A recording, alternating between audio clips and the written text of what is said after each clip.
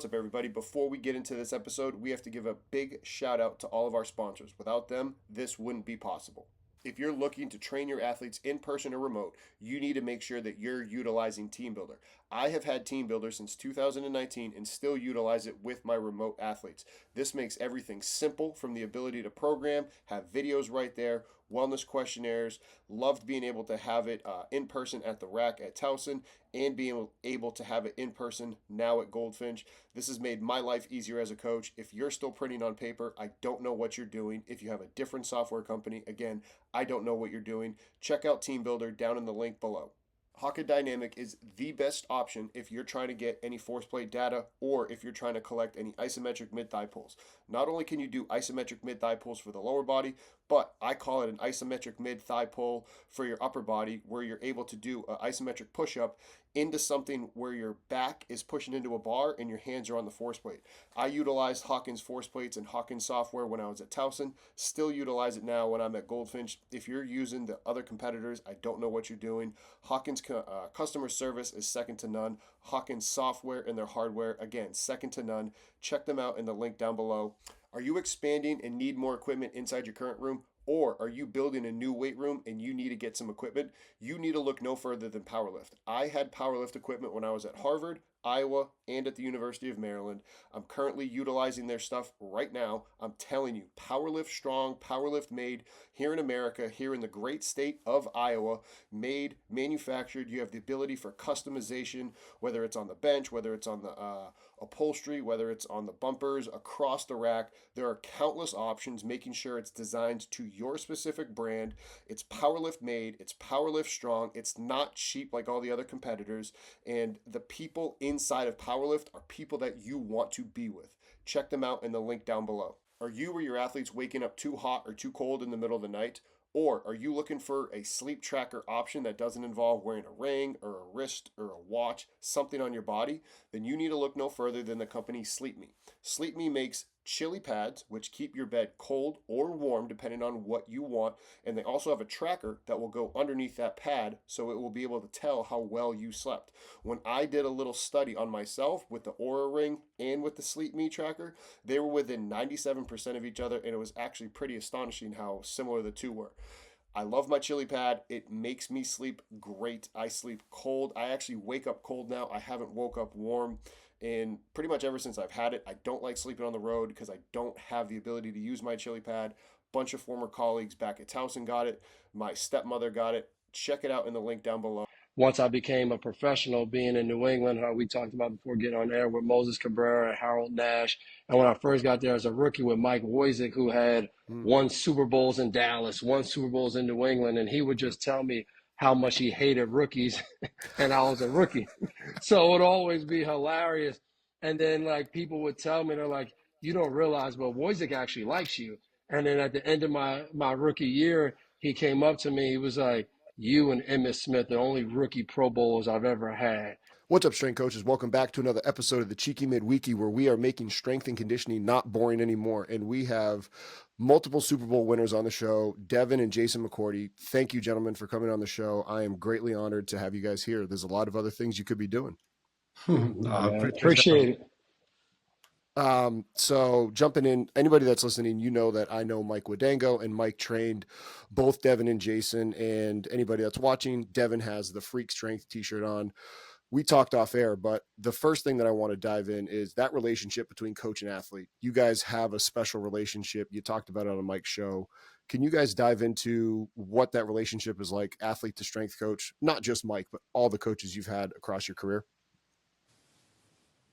You want me to start? I think for me, it was always interesting because I think you have transition times too in life, like going to college and getting an opportunity to be at Rutgers and having a guy like Jay Butler who was intense. It was all about like lifting a ton of weight and being strong. And, you know, you get two guys in there. We both went in there between 150 and 155 pounds.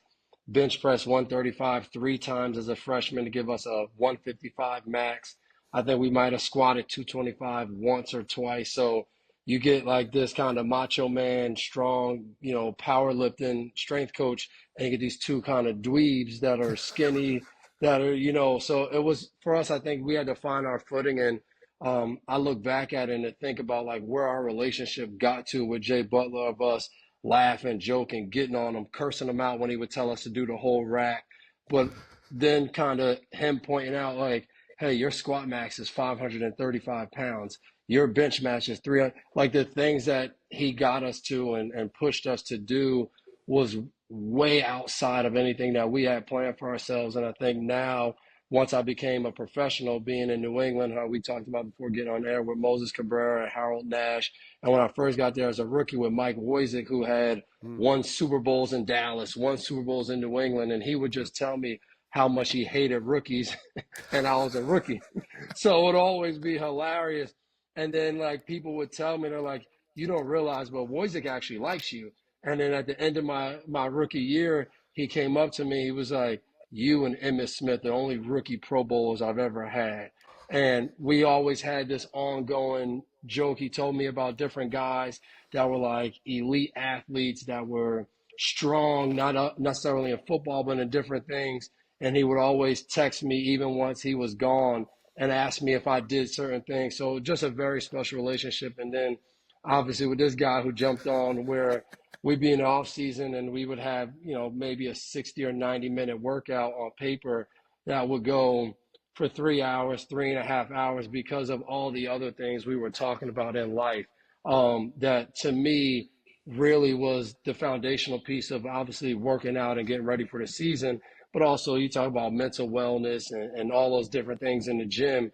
You know, I didn't need to see somebody to talk to professionally because we all had our own therapy sessions right in the gym for, you know, whether it was 4, 5, 6 of us.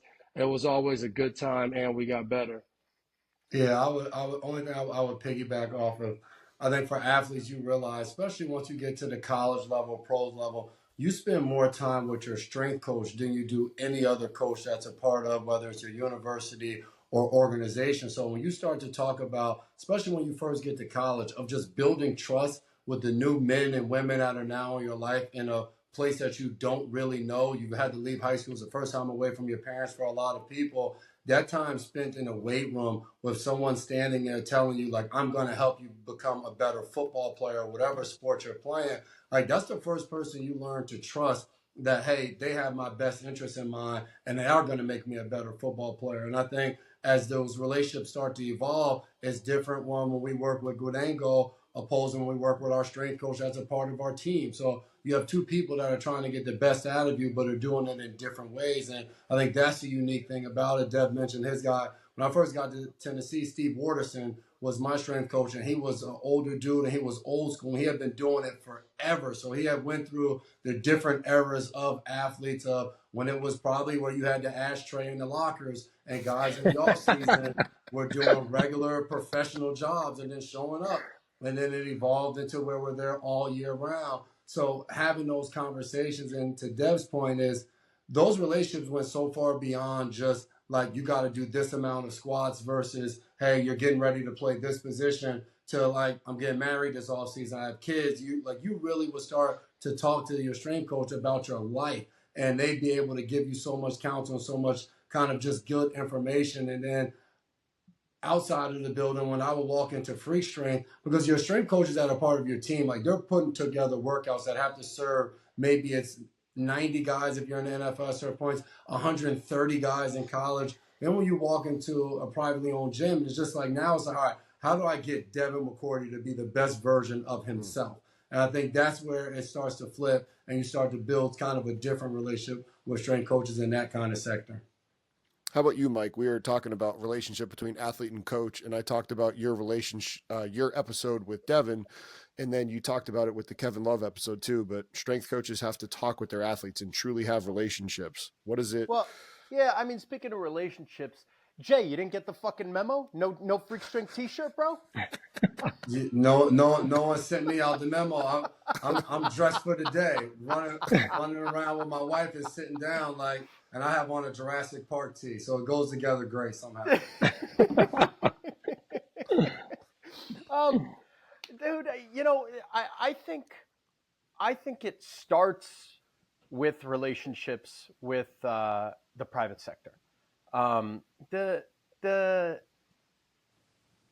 strength conditioning aspect of it, from the team standpoint, they work for the team. I work for the player. They hire me for them. The team hires me for the team. So, like, if Devin McCourty can't lift his arms up here and I'm a member of the team, I write that down. If Devin McCourty can't lift his arms past here and I'm a member of Devin McCourty's team, I say, all right, how are we going to hide this shit? Or how are we going to make sure that Devin can continue to play the rest of his career as optimally as possible and still catch interceptions? And I think knowing, and I try to explain that to my guys as well. The older guys, the vets, they already know. The younger guys, they don't see I won't say they don't see the value. It's more difficult for them to see the value in someone like me until they get injured. Once they get injured, then they realize, like, oh, you're in the training room, and now it's like they're holding all this shit against me. And it shouldn't be like that. And they try not to make it like that. It ends up being like that. Now there's a series of data against you. Like let's say you're in baseball. Baseball, they have arbitration. And now you're negotiating contracts. And now they know exactly how much is wrong with you. And you have to hide it from them. And they're using all this ammunition against you, but we want you. But this is why we're not paying you this amount of money, because of this, and this. Well, you told me to come in to get help.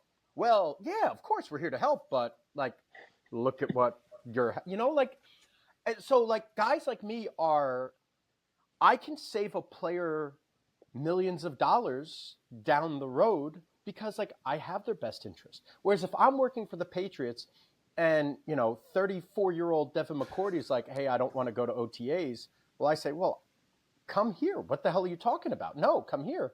Oh, by the way, get a lap. Whereas 34-year-old Devin McCourty comes to me in his last year of playing, and he's like, bro, I don't feel like doing no laps. What are we doing today? I was like, hey, sit down, take a load off. Let's see what we're working with. And we have no bullshit, bro. Devin would be in for J2 for 4-hour sessions. We'd sit there, we'd talk about everything, and it's training is multifactorial. And now, to be fair, these guys help me a lot more than I help them from the mental, emotional standpoint. I mean, first off, I fucking hate this app. This fucking Riverside. I mean, we see your app. name. We see your name. You're childish. Yeah. Childish. That was one of the biggest things in the gym was us giving him counsel on how to run a business from a moral and outlook standpoint. What Customer words service. to use. Customer Service. What words to not use. What to hang up. What not to hang. Like, that was a lot of us building down and rebuilding and rebranding Freak Strength in new ways. Like, this was not approved. His name today is not approved by the McCourty Twins. Looking to expand your education further, but you don't want to pay the massive fees of going back to school? At Strength Coach Network, we have 2 long-form education courses that both cost less than one course taught to you by an online school. If you click down below to learn more about Fundamentals 1 or Fundamentals 2, you will be able to sign up for our education course that has over 20 hours of educational content brought to you by some of the biggest names in the field. Dr. Brian Mann, Zach Daycant, Jeff Moyer, Terrence Kennel, and many more inside of this course, all for less than the price of one course at a college university. Are you or your athletes waking up too hot or too cold in the middle of the night? Or are you looking for a sleep tracker option that doesn't involve wearing a ring or a wrist or a watch, something on your body? Then you need to look no further than the company SleepMe. SleepMe makes chili pads, which keep your bed cold or warm depending on what you want. And they also have a tracker that will go underneath that pad so it will be able to tell how well you slept. When I did a little study on myself with the Oura Ring and with the SleepMe tracker, they were within 97% of each other, and it was actually pretty astonishing how similar the two were. I love my chili pad. It makes me sleep great. I sleep cold. I actually wake up cold now. I haven't woke up warm. And pretty much ever since I've had it, I don't like sleeping on the road because I don't have the ability to use my chili pad. Bunch of former colleagues back at Towson got it. My stepmother got it. check it out in the link down below. If you're looking to train your athletes in person or remote, you need to make sure that you're utilizing TeamBuildr. I have had TeamBuildr since 2019 and still utilize it with my remote athletes. This makes everything simple, from the ability to program, have videos right there, wellness questionnaires. Loved being able to have it in person at the rack at Towson, and being able to have it in person now at Goldfinch. This has made my life easier as a coach. If you're still printing on paper, I don't know what you're doing. If you have a different software company, again, I don't know what you're doing. Check out TeamBuildr down in the link below. So he's going to really be mad because he's going to have to figure out we'll be how to go blurred. through and change. Yeah, don't Our worry. face will His be name blurred won't when his actually name appear on comes any up. of this. Anybody that's what's going on, it's an inside joke. You're not going to get to know, so it won't show up. So and from to let you guys know, like, how deep my relationship is with these guys and how much I care about them. Like, they would have been in my wedding, and like, oh yeah, well, everyone wants a pro athlete in their wedding. Like, no, when I met these guys, I didn't want to get married. That's so Like, true. Really? I was out of a divorce. I was miserable. I was like, nah, bro, I'll be alone. I'll be a strength coach. I'll be perfectly happy. I'll have my boys. I'll have my, like, I'm fine. Like, and dude, these guys, they are, and I tell people this all the time, and I say it to this day. If someone, the McCourty brothers, they're such good humans that if someone had to walked into the gym, had a gun, and said, there's one bullet in this chamber, someone's getting it used on, I'd have to be like, yo, it's me, because these guys are going to do way more good in the world than I ever will. Like, I swear to God, I mean that with all my heart. Like, these guys are class act humans. And like, I can confidently say that I am married because of things that we've talked about. You know, it's the relationship, and like, what strength coach in the NFL or in college can say that a player has impacted them in that type of way? Like, maybe there's one or two, but like, bro, I have a deep relationship with all my guys. I mean, McCourty has watched me beat the fuck out of Chris Hogan multiple times. But Chris wasn't. Maybe the other way around too. You know what? Hell no. You know what I love? Mike's way to show his love towards you is he has to come up with a scenario where there's one bullet and someone has to die. It couldn't have been like just this beautiful moment where it was just awesome. It had to be that. Those would be the scenarios in the gym that would come up, though. That type of stuff. That type of stuff only. Devin, for you having your brother be more successful in college, and you talked about, or in high school, and then that kind of motivated you, speaking to any strength coaches that are working with twins or working with a brother, because when I was at Iowa and I was at other schools, that did happen. Like James Daniels, who now plays for the Steelers, but we had his brother, and, you know, he was able to come because his brother was there, and the whole, hey, we're going to offer the brother to hopefully that the other brother comes. If that situation happens, what's your best piece of advice to strength coaches outside of like, hey, obviously train the individual? They're a person, like none of that type of stuff. I think for us, it was the good thing is they stayed out of it. Like, I never felt anything in the training, in the strength and conditioning in the weight room, maybe outside of like when we sat down for the depth chart of where we were starting at, and I was 7th string and he was 3rd string, I felt it. But when we walked in the weight room, those guys were there to serve you, to get you better. I mean, most of the time that Jason and myself spent in the weight room when we first got there was with Bob Gilmartin, who's a strength and conditioning coach at Columbia right now. We were with him because we weren't strong enough to be with everybody else. So they were like, Bob, you go get these guys. Go over power cleaning again, because they're using the dummy weights, the 10 pounds on each side. So to me, that was one of the coolest things. It was like, hey, these guys aren't ready. Instead of just sticking them in the back and saying, hey, they can't help us, or saying, hey, Jason was the guy we really wanted, let's keep him in the mix and Devin will find his own way, which a little bit I did of redshirting.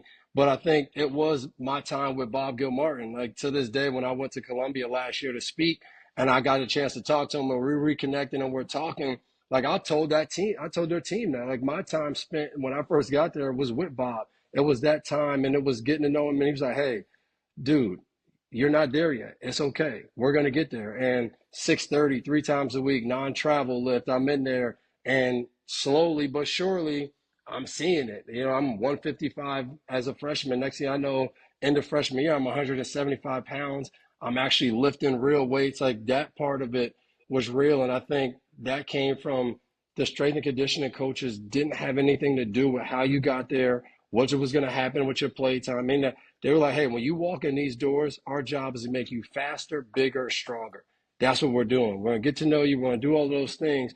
But if you follow that and you do that, some of your hardest workers, some of the best players in the weight room, sometimes are not the guys that play on Saturday or on Sunday, but in that weight room, they're the guys that you follow, that lead, because that's their strength. And that's what I've always loved about the weight room is when you go in there, it doesn't matter how skilled you are, how many plays you make in the game, what you do in the weight room. That's why you've seen, listen, some of the best players I've ever played with don't like the weight room. They don't care about much in the weight room. They care about their craft. They care about those things. And that's fine. Like, that's how they find success in the NFL.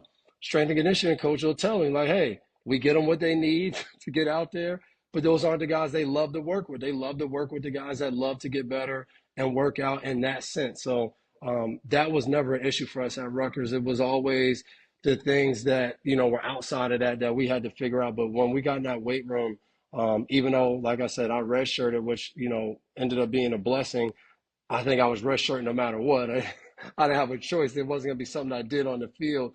But I think me being able to get better in the weight room obviously made a difference in my career.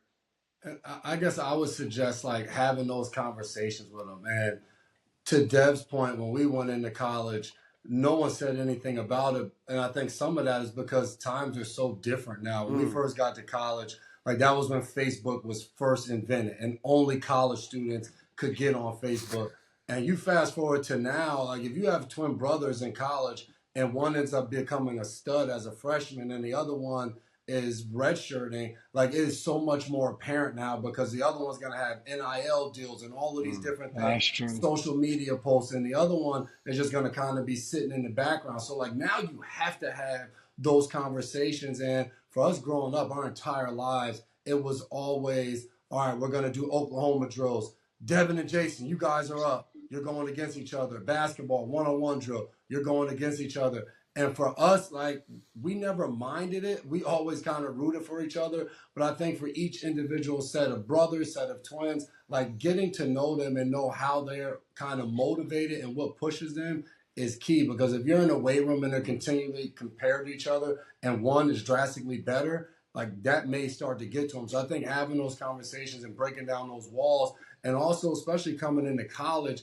of having conversations with mom and dad or whoever has been a parent guardian for them, of understanding what gets them to tick and what are the things that get them compatible and that tear them apart. Because for us in college now, we were competitive as hell in the weight room and in anything when it came to athletics. So there could be a day where I feel like he's not running as hard through a drill. Like I'm in his face and I'm saying something to him. And we've talked about stories like that. Even his first year, he said that he went to the Pro Bowl as a rookie.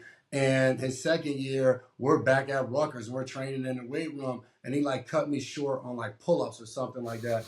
And now we're nose to nose in the weight room because he said to me, you think pull-ups are going to get you to the Pro Bowl. So like now we're going at it. And that was our entire 4 years in college. So I think our coaches understood that. Like we were both leaders and we liked to be out in front and we didn't mind confrontation to a certain extent. But getting to know those two individuals can be really tough, especially if it's kind of weighted differently when it comes to athletic ability.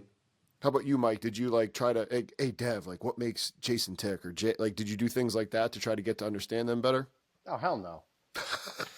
No, man. Mike would be in there like, damn, Dev, Jay's running for him looks way better. Or it'd be like, Jay, what the hell were you doing? Dev's running way faster than you today. All right, well, I gave you too much credit. Yeah, no. And shit. If I have a set of twins in there, I try to pit those motherfuckers against each other hard. And I think he got us, what were we, 30 years old already by the time we went to 30 or 28, 29? Yeah, you guys were like 28. When did you stop playing? You stopped playing at 34? I had you like 7 or 8 years. I had you 7 years. So I got you at like 28 years old. So by the time I got them, like I'm looking at them like, all right, this is the end of their career. Like, just don't fuck them up. Ooh. You know what I mean? Like but that's the truth. It's the NFL. Yeah. They were already year 6, year 5. Like, all right, maybe we get 2 or 3 more. Like, hopefully we get. And Yeah. I mean, I remember in year 9, Dev had a conversation with someone, and the guy, the acupuncturist was like, "Hey, bro, you got like 6, 7 more years in you." And Dev and I looked at each other like, "Yo, bro, relax." And he ended up making it 5 more years, like, buddy. And he could have kept playing. Like, the guy was right. So, like, I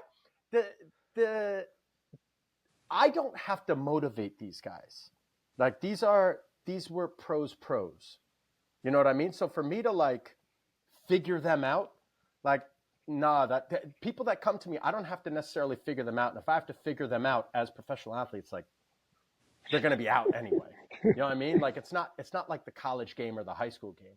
So like the high school kids, it's a different story. But like when it comes to professional athletes, like, no, I meet the pros where they're at.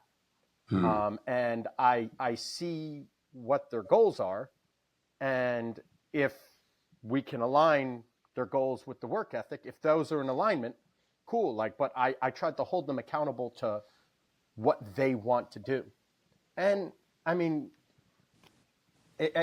these guys, no, I never had any, I didn't have, it was cake with these two. These guys make me look like a genius. So like from a communication standpoint, from a training standpoint, no, nothing like that with these guys. We have strength Hey, coaches that work. give, Go ahead, give me Dev. 5 minutes, guys. I just got to make a call real quick. You're good. Appreciate it. Jason, I was going to ask you this question to start off with, but when you played running back and then go in and play in different position, and obviously that happens in college football and professional football now, was there any specific things that you're like, man, this really helped me in that transition for any of our coaches that are listening that they can try to steal, or any pointers that they would utilize? For me, the transition, like coming out of high school, going from running back to DB, and Dev kind of alluded to it. For me in high school, like, I was just so damn small that when I got to college, the transition was like drinking as many Gatorade shakes as possible, eating as much food as possible, and then just training. So it wasn't like anything specific. It was just that my body at that point had been allergic to the weight room. So it was just like, we just need to allow you in here and just pile on. And then naturally, like, my body started to take off. And then I would say as I got into the league and started playing cornerback, and then when I got to New England, I started playing some safety as well. From that transition, it was, all right, now I needed to start to build my shoulders up a little bit more because it was contact that I wasn't used to seeing from that angle. So I think from a weight room perspective for coaches, it's getting to know what each position needs versus just an individual person. All right, what position were you playing? All right, what were your struggles? All right, how do we build those things up? Because when I was a cornerback, I had 4 sports hernia surgeries because it was all hips and I was moving and different things of that nature. Dev never had those surgeries, and we're identical twins. A lot of our bodies and makeup is very similar. He had multiple shoulder surgeries. I never had any of those because I didn't have to use my shoulders the length in which he did. And when you talk about getting to the end of your career, I said when I moved to safety, I needed to build my shoulders up. I did 1 season of that, and I was like, nah, if that's where my career is taking me, it's time to go hang them up. Like, if I can't guard anybody outside at the quarterback position, it's too late for me trying to play another 5 more years or something like that at the safety position. I'm not that good. I'm not good enough to make that transition. And so it is that big of a deal. Like, and I say that because, we've worked with professional athletes when they've come back in the NFL or when they're going from college to the pro, but to the layperson, they're like, I mean, corner to safety, who big deal? I mean, Devin, you did it. Jason, you did it. Like, can you just talk to coaches that are not actually doing it to give them a better perspective so they can better train their athletes? Yeah, the difference, there's a mental part of it where personality-wise, the safety, communication, and leadership, you have to have so much more of that than the cornerback position does. And for me, I had that part of it. But the physical part and then the mental of playing the role of knowing that now I'm one-on-one with running backs and a hole that may outweigh me by 30 pounds, and I'm coming up and I'm having to shoot on those guys and doing different things of that nature. And then from a talent level, it's different too. When I was younger, it probably would have been easier to transition. Then you have guys like Charles Woodson, who him, younger, older, is so immensely more talented than the next person that comes in line that he can switch positions back and forth. And then there's a want to. As I got older, I didn't want to switch positions and learn something new and go through the growing pains of it at 34 years old. I gave it a try, and it told me, all right, like, you went for it, but at the same time, not only you still have to learn how to play that position better because you didn't do it great this past year, and then I got hurt my last year. You're also going to have to rehab a Liz Frank injury and learn that at the same time. I was like, there's no way in hell like that's going to be worth it. And I'm not going to be good at it. So eventually I'm coming back just to try to hold on to the last shoestring of my career for nothing. It was time to move on. I know Dev, he went back and forth, so he can probably talk to it a little bit better. Yeah, I mean, and I played for the greatest coach in football history. And I remember him coming to me and saying, hey, this is my third year where I played the first 4 games at corner, then got moved to safety. And the year before I had played some safety on third down. So they're like, hey, you're going to move to safety. I was like, all right, on third down. They're like, no, you're going to move to safety. Like, you're going to be a safety every single play. So then for the next 10 games, I'm at safety. And I'm like, I like this. Like, I'm enjoying this. Is what I did in high school. Is what I first went to college for. So I'm enjoying it. And then the last 2 games of the year, they come to me. They go, hey, we got some injuries. You're going to go play corner. And I remember Bill coming up to me like in practice and was like, hey, just go out there and get a few reps at corner. You'll be good. And I was like, no, that's not how it works. Like, I'm going to go out there. We're going to call man to man. I'm going to be a yard and a half, 2 yards away from a guy that the last 10 games I've been 15 yards back. Like, that is totally different. Technique, footwork. Jay just said it, mentally. Like, that whole approach is just so different. So I just remember being there, and this is the greatest coach of all time.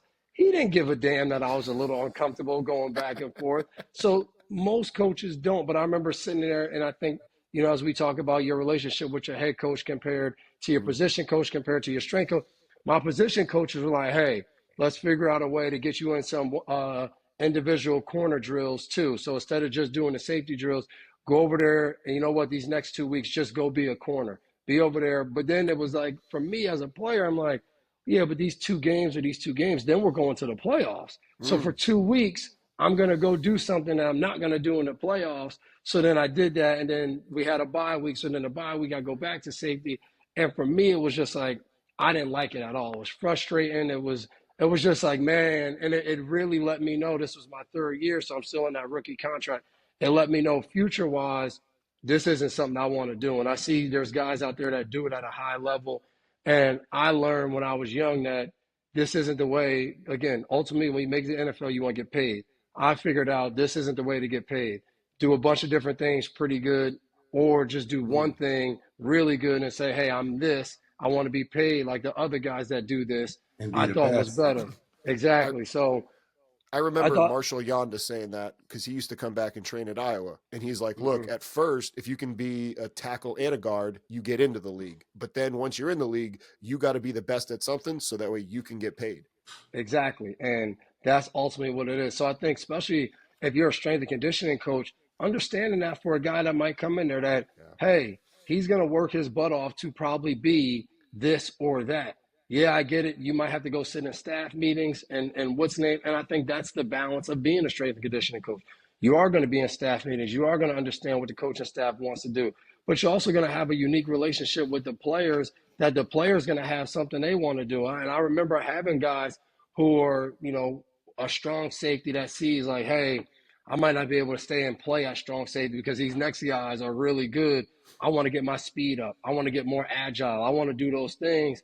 And they go to the strength and conditioning coach like, hey, put me through the ringer, get me better at these things, help me to improve my career. So it's just knowing those things and understanding, like Jay said, how the guy's going to have to go back and forth and do those things. I realized fast when I moved to safety, the communication, to seeing the whole field, that was going to be a bigger part of anything I've ever done. So one of the things was I learned I had to be a leader and a communicator and everywhere, not just on the field and those things, but it was being in the weight room, challenging guys. Like, those guys will tell you, everybody in my position group knows when it was leg day, they were going to hear me. I was going to be in there hooting and hollering because I had the strongest squat out of all the DBs, and I would let them know, We put 500 on the bar. I'm going nuts. Bench press day, Nate Ebner, Patrick Chung, they be in there like, Dev, where you at? I'm like, what you talking about? I'm in here just getting my lift in. I'm working out. And they would challenge me. And I tried to create that little bit of guys going back and forth, because then at the end of the day, what ended up happening was guys are trying to outdo the next guy, which turned the work that a lot of us hated as veteran players doing squats, it turned it into, instead of like, oh, we're doing this because Moses is making us, it turned into we're competing. F Dev. He think he's like, I'm about to get my squat up. So it was all fun. And I think that was a difference to me of the corner Devin compared to the safety, of being in the mix, trying to be more involved in the whole team, the whole defense, because I was going to be the communicator. I was going to have to take us out of one defense into another defense.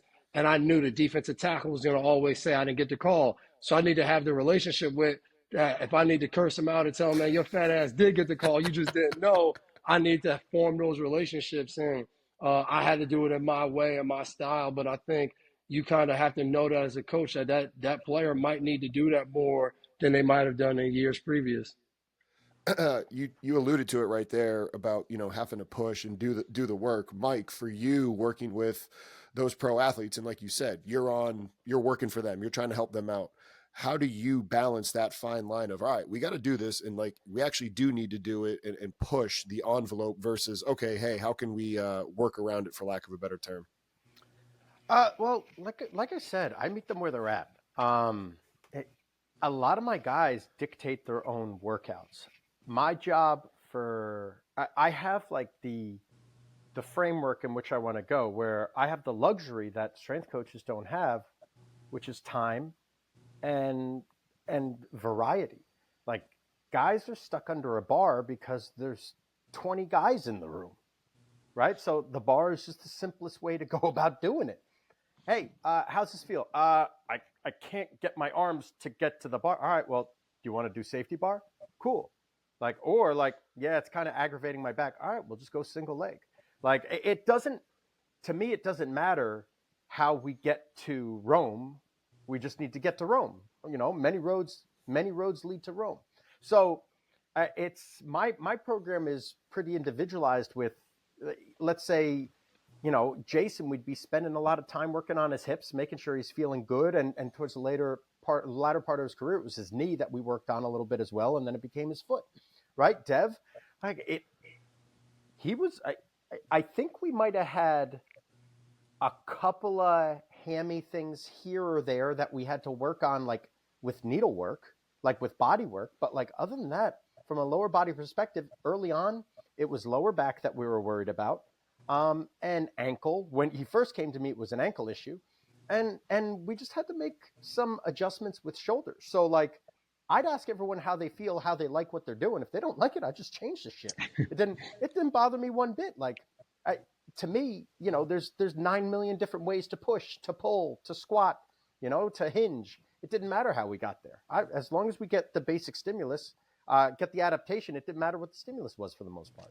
Same thing with any of the sprint work or conditioning. Sorry. No, I was just gonna say, and before he jumps to that, I always thought that was an advantage to my career, as like we lifted a certain way in New England, and it was squat, it was all those things that, I mean, that's what I came up under. My college career, that's what got me stronger, doing all of those things. But I also had a break where the whole off season, maybe 4 or 5 times we would squat. The rest of the time, it would be all different things. And I've always thought that was an advantage to